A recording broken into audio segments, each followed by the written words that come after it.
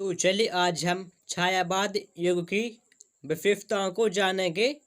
तो please video को like share and comment करना ना भूलें और हमारे चैनल को भी सब्सक्राइब कर लें और जो बगल में बेल आइकन है उसे भी प्रेस कर लें।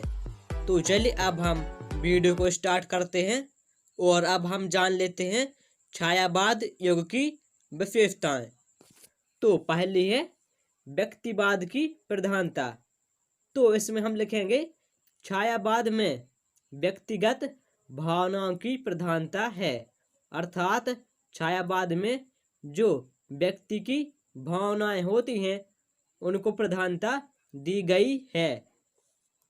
वहाँ कभी अपने सुख दुख एवं हर्ष शोक को ही वाणी प्रदान करते हुए खुद को अभिव्यक्त करता है, अर्थात छायावाद युग में कवि ने अपने सुख दुख एवं जो हर्ष शोक अर्थात जो उत्साह और जो दुख है उसको भूलकर वह कवि खुद को व्यक्त करता है। अगली विशेषता है श्रृंगार भावना। छायावादी काव्य मुख्यतया श्रृंगारी काव्य है, किंतु उसका श्रृंगार अतीन्द्रिय सूक्ष्म श्रृंगार है। छायावाद का श्रृंगार उपभोग की वस्तु नहीं अपितु कौतूहल और विस्मय का विषय है। उसकी अभिव्यंजना में कल्पना और सूक्ष्मता है, अर्थात छायावादी काव्य प्रमुख रूप से श्रृंगारी काव्य है और उसका श्रृंगार अतीन्द्रिय सूक्ष्म श्रृंगार है और छायावाद का श्रृंगार उपभोग की वस्तु नहीं अपितु कौतूहल और विस्मय का विषय है और छायावाद की अभिव्यंजना कल्पना और सूक्ष्मता में है, अर्थात छायावाद में कल्पना है और सूक्ष्मता भी है। तो चलिए अब हम आगे बढ़ते हैं। तो अगली विशेषता है नारी के प्रति नवीन भावना।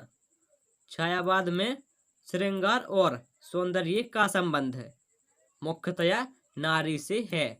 रीतिकालीन नारी की तरह छायावादी नारी प्रेम की पूर्ति का साधन मात्र नहीं, वह इस पार्थिव जगत की स्थूल नारी न होकर भाव जगत की सुकुमार देवी है, अर्थात जो छायावाद में श्रृंगार और सौंदर्य है वह नारी से संबंधित है और जिस प्रकार रीतिकाल में नारी को महत्व दिया गया, उपभोग की वस्तु न समझकर उसे देवी समझा गया, उसी प्रकार छायावाद में भी नारी को सुकुमार देवी का पद दिया गया है। जीवन दर्शन। तो छायावादी कवियों ने जीवन के प्रति भावात्मक दृष्टिकोण को अपनाया है।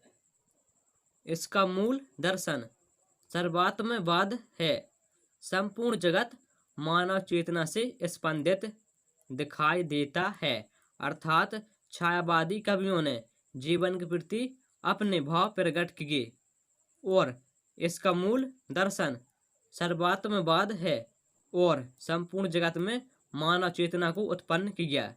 अगली विशेषता है अभिव्यंजना शैली। छायावादी कवियों ने अपनी भावनाओं को व्यक्त करने के लिए लाक्षणिक प्रतीकात्मक शैली को अपनाया है। उन्होंने भाषा में अभिधा के स्थान पर लक्षणा और व्यंजना का प्रयोग किया है, अर्थात छायावादी कवियों ने अपनी भावनाओं को व्यक्त करने के लिए लाक्षणिक और प्रतीकात्मक शैली को प्रमुख रूप से अपनाया है और उन्होंने अभिधा शब्द शक्ति के स्थान पर लक्षणा और व्यंजना शब्द शक्ति का प्रयोग ज्यादा किया है। तो चलिए अब हम छायावाद के प्रमुख कवि एवं उनकी रचनाओं को जान लेते हैं। तो पहले हैं जयशंकर प्रसाद, जिनकी रचनाएं हैं कामायनी, लहर, आंसू, झरना। अगले हैं सुमित्रानंदन पंत, तो इनकी रचनाएं हैं पल्लव, ग्रंथि, गुंजन, वीणा, उच्छ्वास।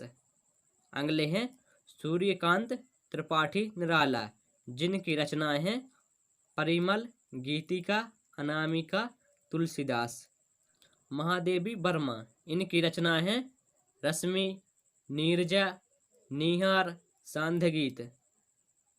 अगले हैं रामकुमार वर्मा, जिनकी रचना है निशीथ, चित्ररेखा, आकाशगंगा। Thank you.